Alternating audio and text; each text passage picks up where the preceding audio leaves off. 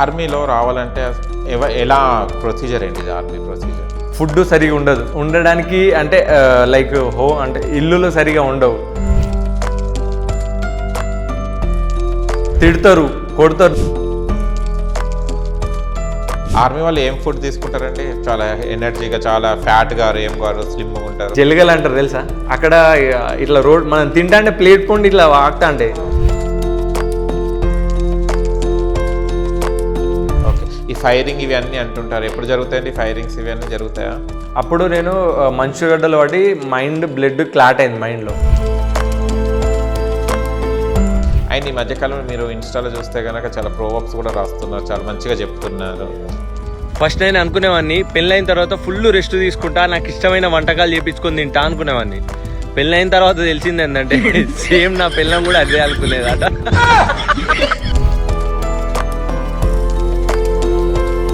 Hi, hello, నమస్తే, welcome to social post. నేను మీ యాంకర్ పప్పు. ఈరోజు మనం ఒక స్పెషల్ గెస్ట్ ఉన్నానండి. ఆ గెస్ట్ ఎవరు కాదు, ఆర్మీ మ్యాన్ గౌతమ్ గారితో ఉన్నాను. అండ్ చాలా ఎక్స్పీరియన్స్ ఎలా ఉంటుంది ఆర్మీలో, ఆర్మీ లైఫ్ ఎలా ఉంటుంది, అండ్ చాలా రీసెంట్లీ ఇన్స్టాలో కూడా చాలా మంచి మంచి ప్రోవర్బ్స్ చెప్తున్నారు. అండ్ ఈ ప్రోవర్బ్స్ తను ఎలా రాస్తున్నాడో, ఏదైనా ఎక్స్పీరియన్సా, తన మాటలు తెలుసుకోవడానికి ప్రయత్నిద్దాం. నమస్తే. నమస్తే. అరుణాచల్ ప్రదేశ్ లో ఏదో టెంపుల్ కట్టారని విన్నాను, ఎవరో మిలిటరీ ఆఫీసర్ కి. ఎవరండి అది? యశ్వంత్ బాబా అని. యశ్వంత్ బాబా. అతను 1962లో యుద్ధం అంటే చైనా వాళ్ళు మనం ఇదికి అటాక్ చేసేటప్పుడు అక్కడ ఓన్లీ 10 మెంబర్సే ఉండే. అందరినీ అంటే ఫైరింగ్ అయిపోయిన తర్వాత చనిపోయారు అందరూ. ఒక యశ్వంత్ బాబానే ఉండే. అతను అంటే వీళ్ళ ఇక్కడ ఈ ప్లేస్లో ఎవరు లేరు అంటే ఎవరు లేరు అంటే వాళ్ళు వచ్చేస్తారు కదా, మన ప్లేస్ కొంచెం కూడా దాటి ఇవ్వద్దని ఉన్న గన్స్ అన్ని పెట్టి అక్కడ ఒక వర్క్ చేసి ఒక అమ్మాయిని తీసుకొచ్చి అంటే బుల్లెట్లు అందులో నింపుకుంటా గన్స్ అన్ని ఒక లైన్గా పెట్టి దానికి ఒక తాడు పెట్టి ఇగ్గుకుంటా ఫైరింగ్ చేసింది 72 అవర్స్ కంటిన్యూ. తర్వాత ఇక అతన్ని చంపేసారు. అంటే అప్పటిలోపే మన ఫోర్స్ కూడా అందింది. సో మన ఇక్కడ కింద నుంచి వచ్చే ఫోర్స్ అనేది 72 అవర్స్ తర్వాత రీచ్ అయింది. అప్పటి వరకు యశ్వంత్ బాబా అనేది చనిపోయింది. ఇప్పటికి కూడా అతనికి ఆడ ఒక టెంపుల్ అనేది కట్టి ఉంచారు అన్నట్టు. టెంపుల్ ప్రతి ఒక్కరు అక్కడ ఎంట్రన్స్ అయ్యేటప్పుడు అతనికి అంటే ఒక దండం పెట్టుకొని అక్కడికి వెళ్ళి సెల్యూట్ కొట్టి ఎంట్రన్స్ అవుతారు అన్నట్టు. అక్కడ అంటారు అంటే అక్కడ నమ్మకం ఏంటంటే నువ్వు డ్యూటీలో ఈవెన్ నైట్ డ్యూటీలో నువ్వు పడుకున్నప్పుడు కూడా వచ్చి ఇట్లా కొట్టినట్టు ఫీల్, అంటే నువ్వు పడుకున్నావు అనుకో, ఎగ్జాంపుల్ కొట్టినట్టు కొడతారు అన్నట్టు నేను విన్నా. చాలా మంది అన్నారు నువ్వు డ్యూటీలో నిద్రపోతుంటే నిద్రపోకు అని ఒక చెంప దెబ్బ కొట్టడం. యశ్వంత్ బాబా చాలా నమ్మకం అన్నట్టు ఇప్పటికి కూడా. అతనికి పర్ ఇయర్ అతనికి లీవ్స్ కూడా ఉంటాయి.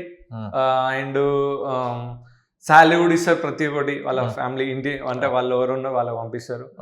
ప్రతి ఇయర్ 90 days లీవ్ ఉంటుంది. ట్రైన్ కూడా బుక్ చేసి ఇస్తారు అన్నట్టు. అతని డ్రెస్సెస్ ప్రతి ఒక్కటి అతనికి ఉంటుంది. అంటే ఎవరు లేడు కదా ఇప్పుడు, ఎవరికి అంటే అతనికి టెంపుల్లో పెడతారు అన్నట్టు. అతనికి అంటే అతను వెళ్ళినట్టు అది మా ఉన్నట్టే. ట్రైన్ బుక్ చేస్తారు ఒక డేట్ న, ట్రైన్ సీట్ ఖాళీ ఉంటది. డెఫినెట్లీ అది బుక్ మాత్రం చేస్తారు అన్నట్టు ఒక డేట్ కి. అతని ర్యాంక్స్ కూడా పెరుగుతూ ఉంటాయి. కెప్టెన్ కావచ్చు, అట్లా కర్నల్, అట్లా ప్రతి ఒక్కరు పెరుగుతూ ఉన్నట్టే ఫీల్ అవుతారు, ఉన్నట్టుగా ఒక పర్సన్ ఉన్నట్టే అన్నట్టు. సో అతను ఇప్పటికీ బ్రతికున్నాడు అని మా ఫీలింగ్. ప్రతి ఒక్కరు మాత్రం అక్కడికి వెళ్ళే వాళ్ళు సెల్యూట్ కొట్టకుండా ఎవరు వెళ్ళారు. డెఫినెట్లీ టెంపుల్ విజిట్ చేసిన తర్వాత ఎంట్రన్స్ అవుతారు. చాలా బాగుంటది టెంపుల్ కూడా.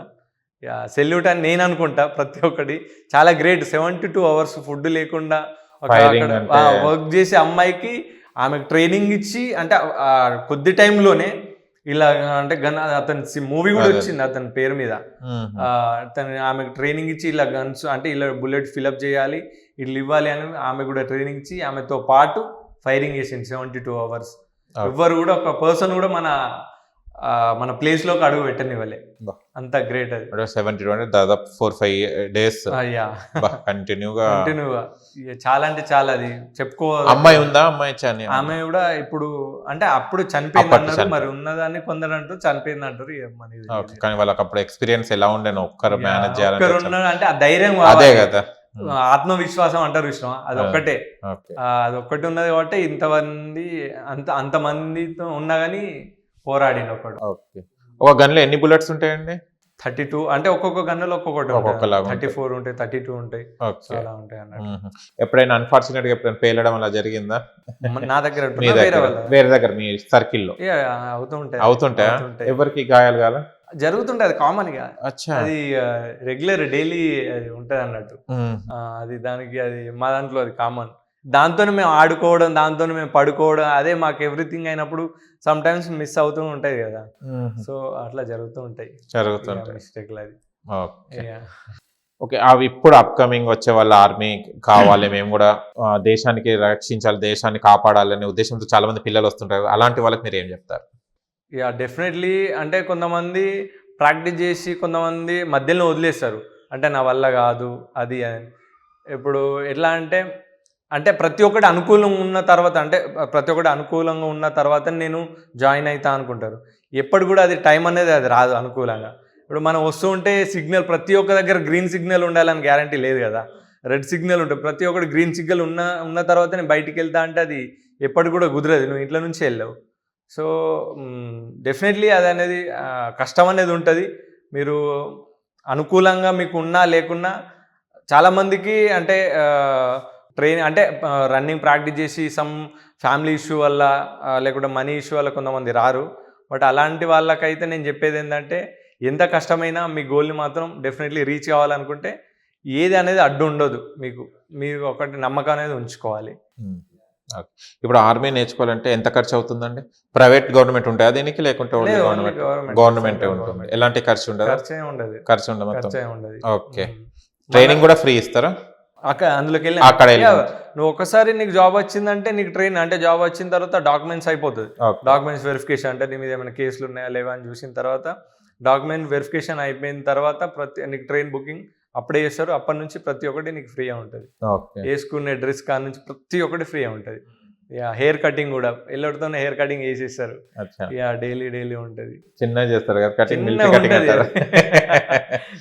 మిలిటరీ కటింగ్ చూడగానే అర్థమవుతుంది మిలిటరీ పర్సన్ అనేది అలా అన్నట్టు. ఓకే. ప్రమోషన్స్ ఎలా ఇస్తారండి మీకు? ప్రమోషన్స్ ఉంటాయా? మన సర్వీస్ బట్టి, అంటే మీ ఎంత సర్వీస్ చేసారు, ఎన్ని ఇయర్స్ చేసారు దాన్ని బట్టి మీకు ప్రమోషన్స్ అనేది ఉంటుంది. అంటే నువ్వు ఎక్కడెక్కడ అంటే ఇప్పుడు సపోజ్ నేను అరుణాచల్ ప్రదేశ్ అని చెప్పినా కదా, అది మంచు కొండలు అంటే మొత్తం మంచు కదా. అలాంటి నువ్వు ఎన్ని నువ్వు ఎన్ని డ్యూటీలు చేసినావు మంచు కొండల, దాన్ని బట్టి కూడా మీకు ఉంటుంది. మీ సీనియారిటీ అలాంటివి ఉంటాయి అన్నట్టు. దాన్ని బట్టి ఇస్తారు. మీ దాంట్లో ఏమైనా ఈగోస్ ఉంటాయా? ఉంటాయి. ఆర్మీ అనేది చాలా గొప్పది, కానీ మనుషులు అనే మైండ్ సెట్ అనేది సేమ్ ఉంటది కదా. ఇక్కడ ఎలా ఉంటారో అక్కడ కూడా సేమ్ ఉంటది. ఎలాంటి ఈగోస్ ఉంటాయా? ఎలాంటి ఈగోస్ అంటే సపోజ్ మీరు సీనియర్, నాకంటే 1 అంటే నెంబర్స్ ప్రకారం ఉంటది. నాకన్నా 1 నెంబర్ సీనియర్, మీరు ఏం చెప్పిన వరకు నేను చెయ్యాలి జూనియర్ గా అన్నట్టు. సీనియర్ జూనియర్ అక్కడ కూడా సేమ్ ఉంటది. సో అలాంటి చిన్న ఈగోస్ ఉంటాయి. బట్ వాళ్ళే మనకు అమ్మ నాన్న ఈగోస్ ఉన్నా కానీ తర్వాత రిలేషన్షిప్ అయితే డెఫినెట్లీ మంచిగా ఉంటుంది. అక్కడ మన అమ్మ నాన్న ఎవరు ఉండరు కదా. సో అతనే మనకు అమ్మ నాన్న, నేనైనా వాళ్ళకైనా ప్రతి ఒక్కరు. ఇక సైడ్కి ఏం హెల్త్ ఇష్యూ వచ్చినా వాళ్ళే చూసుకోవాల్సింది కదా. అలాంటిది అయితే ఉంటాయి, ఈగోస్ ఉంటాయి. ప్లస్ ఫ్యామిలీ లాగానే మమ్మీ డాడీకి మనకిలో గొడవ అవుతుందో, అన్నదమ్ములకు మనకిలో గొడవ అవుతుందో, సో అక్కడ కూడా సేమ్ ఉంటుంది. ఇక అంతే, ఈగోస్ అనేది లేనిది ఎక్కడ ఉంటుంది. ఓకే. మీకు చాలా బాధ కలిగిన విషయం అంటే ఎప్పుడైనా ఫ్యామిలీ గుర్తొచ్చి ఏడ్చిన సందర్భాలు ఉన్నాయా? చాలా ఉన్నాయి. ప్రతిసారి అంటే నేనని కాదు, ప్రతి ఒక్క ఆర్మీ పర్సన్ లీవ్ వచ్చి ఇంటికి వెళ్ళేటప్పుడు బాధపడకుండా వెళ్ళే ఒక పర్సన్ కూడా ఉండడు. అది మన తెలంగాణలో కానీ యూపీలో కానీ ఎక్కడ ఎనీ కైండ్ ఆఫ్ స్టేట్ ప్రతి ఒక్క దగ్గర బాధపడకుండా వెళ్ళే వాళ్ళు ఎవరు ఉండరు. ఎందుకంటే వెళ్ళేటప్పుడు వెళ్తాం మంచినే, ఇంటికి వచ్చేటప్పుడు సంతోషంగా వస్తాం, వెళ్ళేటప్పుడు మళ్ళీ ఇంటికి వస్తామో రామో తెలియదు. ఇక మన ఫ్యామిలీ కూడా నమ్మకం ఉండదు, మనకు కూడా నమ్మకం ఉండదు కదా. ఏ సిచ్యువేషన్ ఎట్లా అయ్యేది తెలియదు. ఇప్పుడు చూసారు పుల్వామా అటాక్ అంది, అందులో ఎంతోమంది మ్యారేజ్ చేసుకున్న వాళ్ళు, రీసెంట్గా మ్యారేజ్ చేసుకున్న వాళ్ళు, పాప అంటే పుట్టి 1 month అయిన వాళ్ళందరికీ తెలియదు కదా అట్లా అవుతుందని. సో అట్లా కూడా కావచ్చు కదా. ఓకే. మీకు అక్కడ సిగ్నల్స్ ఉండవు కదా, ఫోన్స్ ఎలా మాట్లాడతారు? సిగ్నల్స్ ఉంటాయి. మాకు ల్యాండ్ ఫోన్స్ అని ఉంటుంది. ల్యాండ్ ఫోన్స్ అంటే 1 monthకి ఒకసారి లేకుంటే వీక్లీ వన్స్ అట్లా మనం ఒక అంటే సడన్ ప్లేస్ 5 kilometers నడిచి వెళ్ళి అక్కడికి వెళ్ళి ఫోన్ మాట్లాడాలి. ఇక మీరు ఎలా అంటే నాకు ఒకటి గుర్తుకొచ్చింది. నేను ఫస్ట్ యూనిట్లో అని చెప్పిన అరుణాచల్ ప్రదేశ్లో ఉన్నప్పుడు అంటే నేను మీ డ్యూటీ ఎక్కాలి, నేను లీవ్కి వచ్చిన, మీ డ్యూటీ నా డ్యూటీ మీరు చేస్తారు అన్నట్టు. నా 1 month అయిపోయిన తర్వాత నేను మీ దగ్గరికి వస్తే మీరు లీవ్ వెళ్తారు. సో అలాంటిది నేను ఇంటికి వచ్చిన తర్వాత ఫస్ట్ ఒక ప్లేస్ ఉంటుంది, అంటే మెడికల్. మీ ఇంటికి వెళ్ళిన 1 monthలో నీ అంటే నీ హెల్త్ ఇష్యూ చేంజెస్ కావచ్చు కదా, హెల్త్ ఏమన్నా. సో 1 week వరకు నీకు టెస్ట్ ఉంటుంది అన్నట్టు, అంటే బ్లడ్ కానీ ఎవ్రీథింగ్, బీపీ కానీ. ఆ వన్ వీక్ నన్ను కింద నుంచి చెక్ చేసారు. ఆ 1 weekలో వాళ్ళ అంటే నా ప్లేస్లో ఉన్న వాళ్ళ మమ్మీ చనిపోయింది. అయ్యో. అతను అక్కడ మొబైల్స్ ఏమి ఉండవు కదా, అతను కిందకి వస్తేనే మనకు తెలుస్తుంది. ఆ 1 week వరకు అతనికి తెలీదు, వాళ్ళకి ఫోన్ చేయరాదు, మనం కూడా ఫోన్ చేయరాదు. సో నేను వెళ్ళేసరికి 1 week పట్టింది. అతను కిందకి వచ్చిన తర్వాత ఆ నుంచి అప్పుడు మ్యాటర్ తెలిసిన తర్వాత ఇక మాకు లీవ్స్ అవి అలౌ చేసేసరికి వాళ్ళు ఇంకో 1 week పట్టింది. 2 weeks వరకు వాళ్ళ ఇంటికి వెళ్ళిండు. ఇప్పటి కూడా అంటే అతను ఇప్పుడు సమ్టైమ్స్ ఫోన్ చేస్తాడు, ఫీల్ అవుతూ ఉంటాడు, నీ వల్ల ఇట్లా అయిందిరా అంటే జస్ట్ కామెడీగా, బట్ ఫీల్ అవుతూ ఉంటాడు అన్నట్టు, ఇట్లా మిస్ అయిందిరా అది అని. అది చాలా బాధాకరమైన విషయం అనిపిస్తుంది. అండ్ అక్కడ ఒకవేళ యుద్ధంలో చనిపోయిన ఎవరైతే ఆర్మీ పర్సన్స్ ఉంటారో వాళ్ళకి ఎలాంటి ఫార్మాలిటీస్ తో పంపిస్తారు బాడీని? అది హైప్ ఉంటుంది. అది బాడీ అనేది అది ఒక అదృష్టం కావాలంట, నేనైతే అది అదృష్టం అనుకుంటా.